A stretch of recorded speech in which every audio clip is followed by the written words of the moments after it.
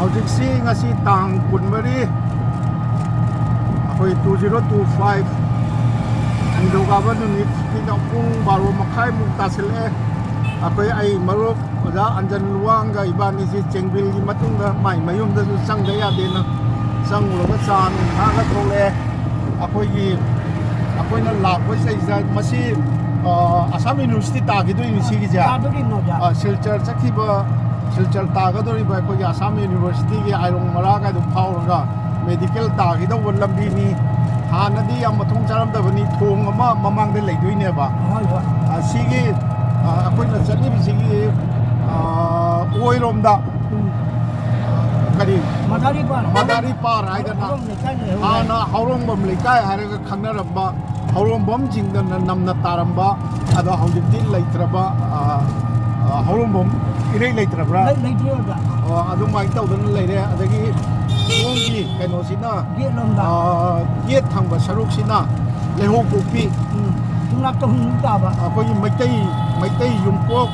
300ꯃꯨꯛ ꯂꯩꯌꯦ ꯁꯤꯗꯁꯨ ꯑꯩꯈꯣꯏꯒꯤ ꯀꯩꯅꯣꯁꯦ ꯑꯩ ꯎꯠꯆꯒꯦ ꯄꯣꯛꯄꯤꯒꯤ ꯄꯔꯦꯡꯅꯤ ꯁꯤꯗꯩꯁꯤꯗ ꯑꯩꯒ ꯌꯥꯝ ꯂꯨꯅ ꯇꯧꯅꯖꯕ ꯅꯍꯥ ꯑꯩꯈꯣꯏꯒꯤ ꯗꯥꯛꯇꯔ ꯅꯤꯡꯉꯝꯕ ꯑꯗꯩ ꯗꯥꯛꯇꯔ ꯅꯤꯡꯍꯥꯏꯕ ꯃꯣꯏꯒꯤ ꯃꯆꯦ ꯗꯥꯛꯇꯔ ꯐꯖꯕꯤ ꯅꯤꯡꯊꯤꯕꯤ ꯃꯩ ꯕꯒꯠ ꯑꯣꯏꯒꯤ ꯍꯨꯜꯂꯥ ꯑꯩꯈꯣꯏꯒꯤ ꯑꯣꯖꯥ ꯅꯟꯗꯀꯨꯃꯥꯔ ꯗꯥꯛꯇꯔ ꯅꯤꯡꯊꯤꯕꯤ ꯃꯩꯁꯅꯥꯝ ꯅꯤꯡꯊꯤꯕꯤ ꯑꯗꯒꯤ ꯗꯥꯛꯇꯔ ꯅꯤꯡꯉꯝꯕ ꯅꯤꯡꯍꯥꯏꯕꯒꯤ ꯃꯄꯥ ꯃꯣꯏꯒꯤ ꯃꯌꯨꯝ ꯅꯠꯇ꯭ꯔꯣꯁꯦ ꯃꯄꯥ ꯂꯩꯕ꯭ꯔꯥ ꯑꯗꯣ ꯑꯩ ꯑꯣꯖꯥ ꯅꯟꯗꯀꯨꯃꯥꯔꯗꯣ ꯑꯩ ꯍꯣꯔꯦꯟ ꯍꯟꯕꯗ ꯎꯅꯖꯒꯦ ꯍꯧꯖꯤꯛ ꯆꯪꯗꯅ ꯇꯧ ꯇꯥꯔꯗꯤ ꯍꯦꯛ ꯆꯪꯈꯤꯕꯒ ꯊꯣꯛꯂꯛꯄ ꯌꯥꯔꯣꯏꯗꯕꯅꯤ나 ꯀꯨꯏꯔꯦ ꯎꯅꯗꯕꯁꯨ ꯑꯗꯣ ꯎꯅꯖꯒꯦ ꯁꯤ ꯂꯩꯍꯧ ꯄꯣꯛꯄꯤꯅꯤ ꯑꯗꯨꯒ ꯁꯤꯒꯤ ꯃꯃꯥꯡ ꯈꯤꯇꯪ ꯆꯠꯈꯠꯂꯒ ꯌꯣꯠꯀꯤ ꯊꯣꯡ ꯑꯁꯤ ꯇꯨꯔꯦꯜꯁꯤ ꯀꯩꯅꯣꯔꯥ ꯀꯊꯥꯀꯜꯅꯦꯕ ꯙꯥꯂꯦꯁꯣꯔꯤꯗꯣ ꯙꯥꯂꯦꯁꯣꯔꯤꯅ ꯑꯁꯣꯝ ꯆꯠꯈ꯭ꯔꯕꯣ ꯑꯣ ꯀꯊꯥꯀꯜ ꯑꯩ ꯀꯊꯥꯀꯜ ꯙꯥꯂꯦꯁꯣꯔꯤꯗꯒꯤ ꯀꯊꯥꯀꯜ ꯈꯥꯏꯔꯛꯄꯁꯦ ꯚꯥꯕ ꯏꯇꯥ ꯇꯥꯗ꯭ꯔꯤ ꯁꯤ ꯃꯩꯇꯩ ꯌꯨꯝ ꯉꯥꯛꯇꯅꯤꯀꯣ ꯁꯦ ꯃꯩꯇꯩ ꯀꯩꯅꯣ ꯉꯥꯛꯇꯅꯤ ꯂꯩꯍꯧ ꯄꯣꯛꯄꯤ ꯑꯗꯩ ꯃꯗꯥꯔꯤ ꯄꯥꯔ ꯁꯤꯗꯤ ꯁꯣꯝ ꯅꯥꯀꯟꯗꯨꯁꯨ ꯑꯃꯨꯛ ꯂꯩꯍꯧ ꯄꯣꯛꯄꯤ ꯑꯗꯨꯝ ꯍꯥꯏꯔꯕ ꯅꯠꯇ꯭ꯔꯣ ꯁꯤꯅꯤ ꯌꯥꯝ ꯁꯥꯡꯅ ꯂꯩꯍꯧ ꯄꯣꯛꯄꯤꯁꯤꯗ ꯃꯩꯇꯩ ꯌꯨꯝꯅꯥꯛ ꯌꯨꯝꯀꯣꯛ 300ꯃꯨꯛ ꯍꯦꯟꯅ ꯂꯩꯕ ꯑꯗ ꯁꯤꯒꯤ ꯂꯝꯕꯤꯁꯤ ꯊꯣꯡ ꯂꯥꯟꯊꯣꯛꯑꯒ ꯅꯠꯇ꯭ꯔ ꯀꯣꯅꯨꯡ ꯂꯩꯀꯥꯏꯗꯣ ꯁꯤ ꯁ꯭ꯀꯨꯜꯅꯤ ꯏꯪꯂꯤꯁ ꯁ꯭ꯀꯨꯜ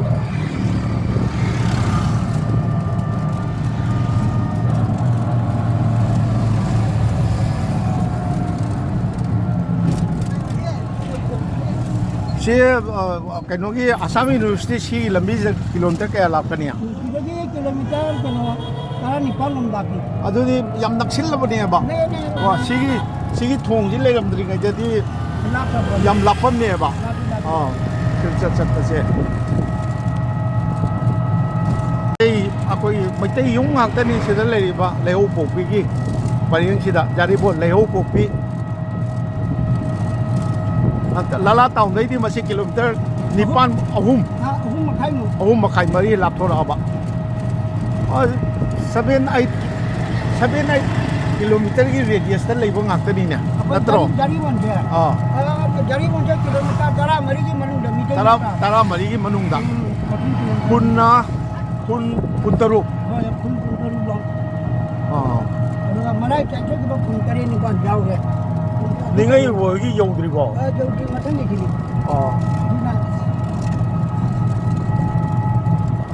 ꯅꯤꯡꯉꯩ ꯍꯣꯏꯒꯤ ꯌꯨꯝꯁꯤꯅꯤ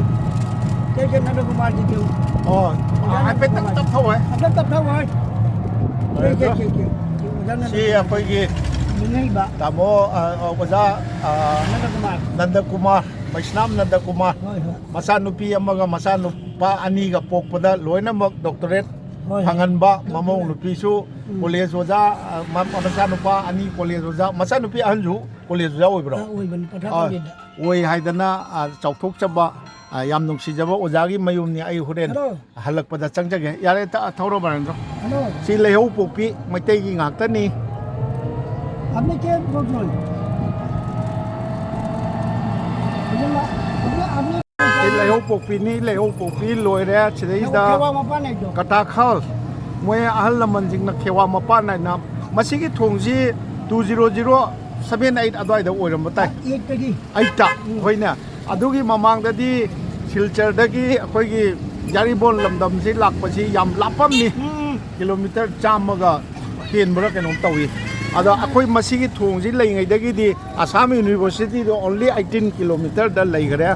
ค่อยจิกสังกีสิคนหนุ่มเลยใกล้ हाँ ना ते बामो लेकाई บะมดบะมดเลยใกล้ให้บะมดเลยอย่างเงี้ย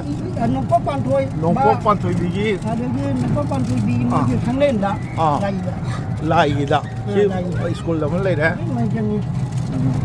ไม่ใช่จริงแล้วชิ้นเลยสิจ๊อก na mungkin ngatin ni ไม่ใช่งักกันเนี่ยบ่อ๋อลัมบีซีต้องไปนะ Ulo pa mo ไม่ใช่ในพิมพ์ซาสิ่งนี้นัทราไม่ใช่ไฮ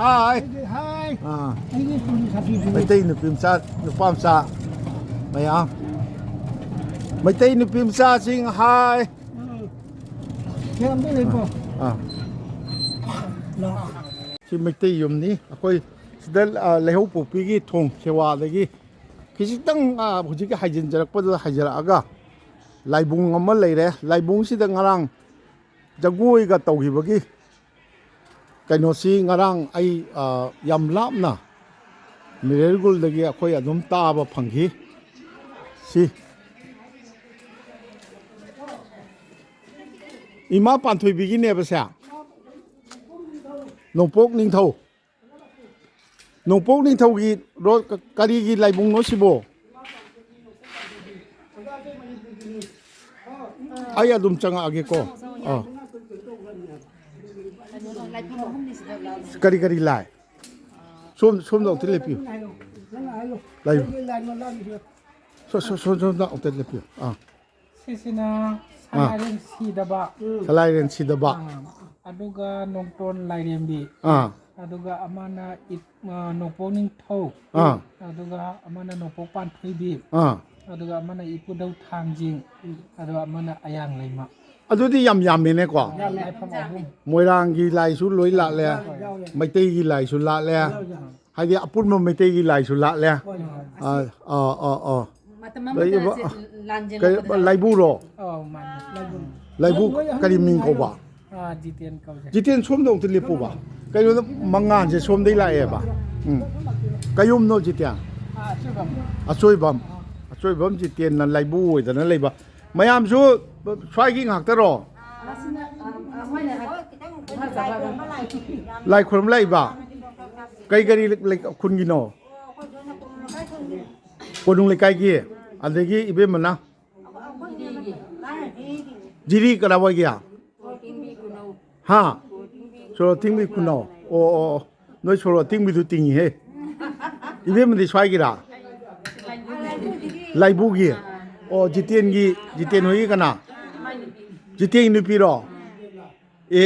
จันเนี่ยเฮ้ยงั้นจะกุ้ยก็ตัวบรงั้นไม่ใช่จะกุ้ยตัวตัวเนี่ยมิวสิกตาบะไมค์ก็คงบระโอ้อะดูกี่วันมันไต่Manipur ki ojang manin dopon teman ไอ้มารู้อันจันลวงนะไอ้ทักปีมันนะโอ้ไล่ทงสิอะดูดีไล่ทงอามาอันนี้เอาหุ่มไล่ทงเดียวเอาหุ่มนี่นะ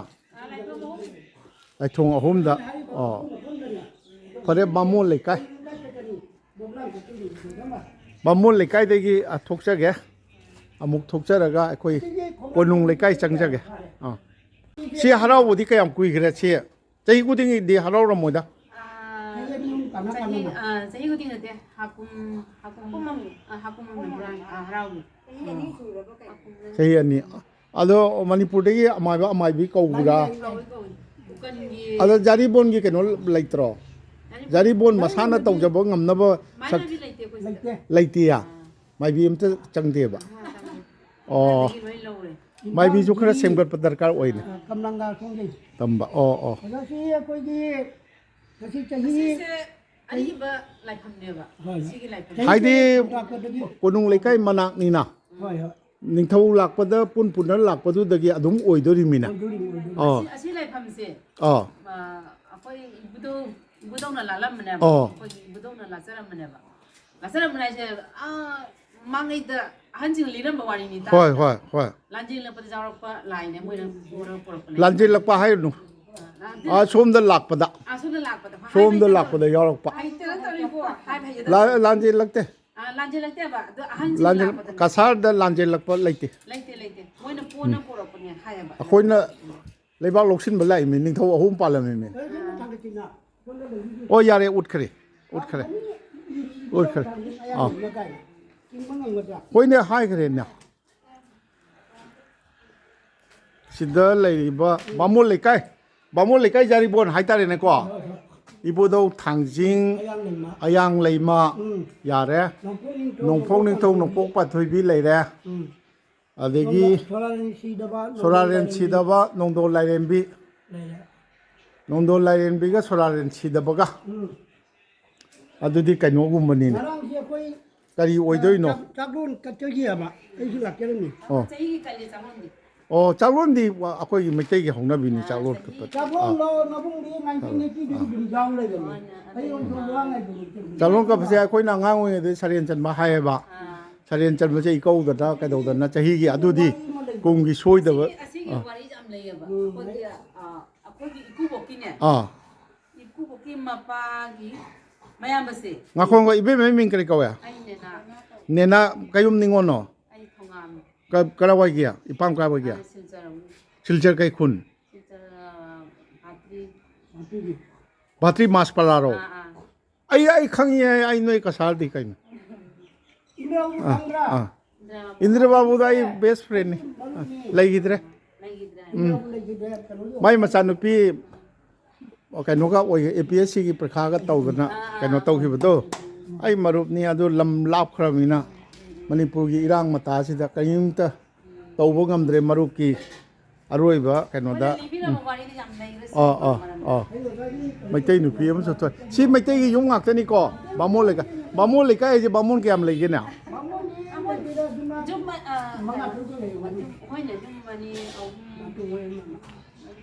yung mari mga leyeba o aduna bamon lekai haibane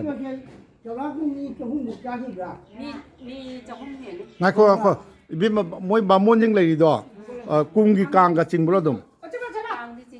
kang sing dia adu kaidori ba adu bamon lekai haraga chai kumgi kang ching mangam dardi kaidori ba king dia ko chengbin dani chingbin da chingye ba chingbin bidi chingni khange nate jaribon gi bamon lekai ibe manangna kari maming ko ba 아이 밍라니다 가위 kayum ningon no 아 마양 마밍원 karom da mayum paliba kari khun gi no ipam di bamon lekai do noi bamon jing amta uning ne bamon manga truk leyeraga bamon lekai ju ko kum gi kang chingba ngam di sibo yam kai ni ngai ni si pare jan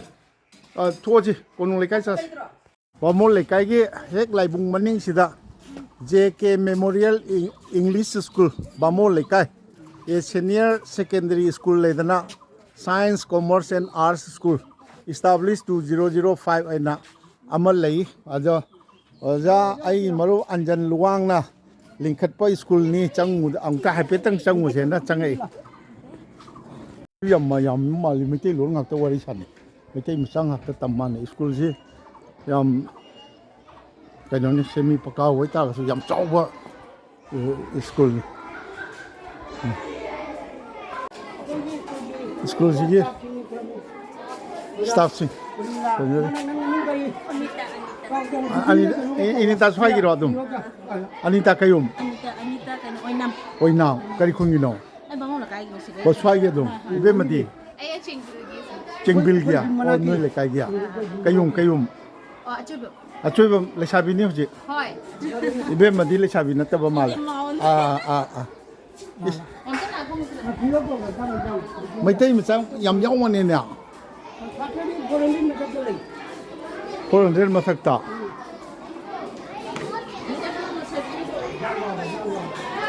maitai machang haktan Maitai macha ngakta Oza su Maitai nupi macha oi Maitai macha ro Maitai macha ngakta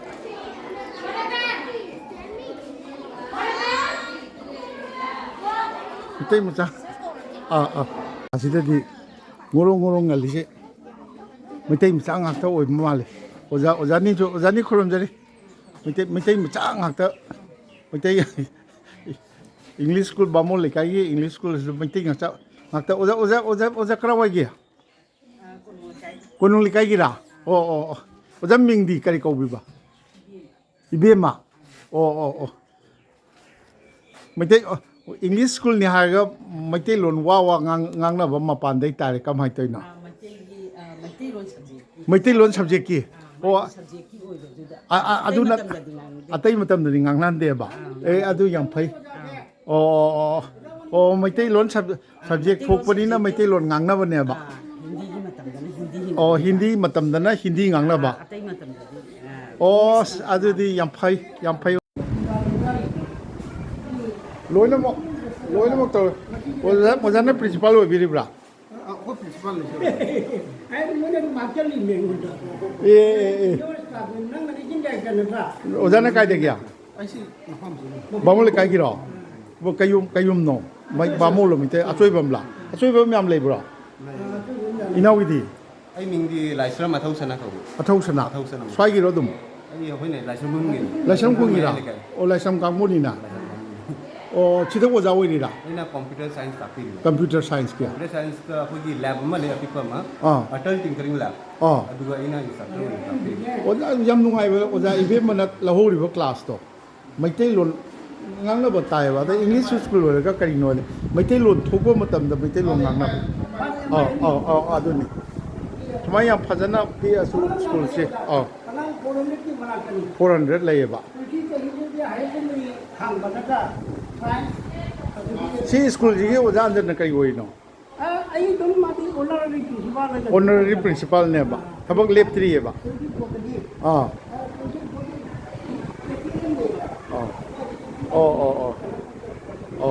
Bye. Bamon Leikai gi school English school ji da changak paje hekta thokpa yadre Oza jingna moi gi project kari khara yengdi go school ji da tawriba si haidana yam phajana record ka su yam phajama ne ada sidai da thongna hong dong jabjin thongna hong dong actually akogi Egial tinkering lab JK har je kai no Joy Kumar Joy Kumar ai kana no memory da 2005 ni tra ya hogcha bani ye tak na 2024 student han kari thabak torongge Joy Kumar ai je kai su tor army na lembra kasu business toron ne ba adu social oiramba male sei sa student khate hawne ko satra hum khakta gya hojikti Assam gi manung da district kadi top chale district parda se hong ta keno tong na parda se ngin bi so de le pi yan Oza ni mag le pi un ai kare di December di akoi district ki ne moi science exhibition ma tau ki ma duga different institute participate tau so one of the institute the akoi first position thang very good that after recognition of this first position they told us that we will be invited as a in this one Guwahati for next competition. That's it will very be good. Along with different various institute from different area. It will be on state level. Truly encourageable. Other kind of the hojik 12 standard Yes, pouts standards are there. since when Last year, 2020. since last year Science, arts, commerce are there. now 12 standard student are there They will be currently they are now in class 11. 11 Yes. next year Next year it will be Yeah. class 12. They will promoted to class 12. And here we have a science students, art students, and commerce students as well as from different. Oh, very good, very good. And how many, say percentage wise, how many Manipuri students are here presently? Approximately, I cannot say the percentage, but more than 50%, I guess. More than 50%. 60%. 60, 70 like that. They are different, like we are tribal peoples, Khasi, Mizo, Jaintia, and Hindustani, Muslim, different communities, people are still there. 40% is from different communities. Oh, that's very good. We even have a hostels. Many of the hostels are Borders are non-Manipuri students. non-Manipuris are also there. Manipuris? Tribals also. Non-Manipuris is also there. Oh, very good. Yam nungai re. Jawai si ha. Adudi nungai jai JK Memorial English School. Ye oja sing na ai school ki si chang awni na kitang kena tau na ba hai na. Ai mo lang chu tau ri ai ne. Ado oja anjan na honorary principal ni hai. Adudi ai amu yau jara ke na. Ai mayam unaja ba nungai jai. Thank you very much. Class 9. Oh. Currently, this is class 10 student, but maximum students, all the students went to exam center. Yes. Sigi construction zero. Yes. Oh, yam chow na. Hujiki ay na ucharak pa compound sigi wang mada sigi multi-story ki plan mali. School compound. Oh, house. School compound. Oh. As JK akoy ki higher secondary sigi yam na. Sumain taw na Maitai na nam na tauba kaino si Manipuri na nam na tauba si so mai kaida private school kayam lagi ojanja Akoi Hailakani district manungda private school se manga khak lai adu haidi Manipuri na sidi JK sidi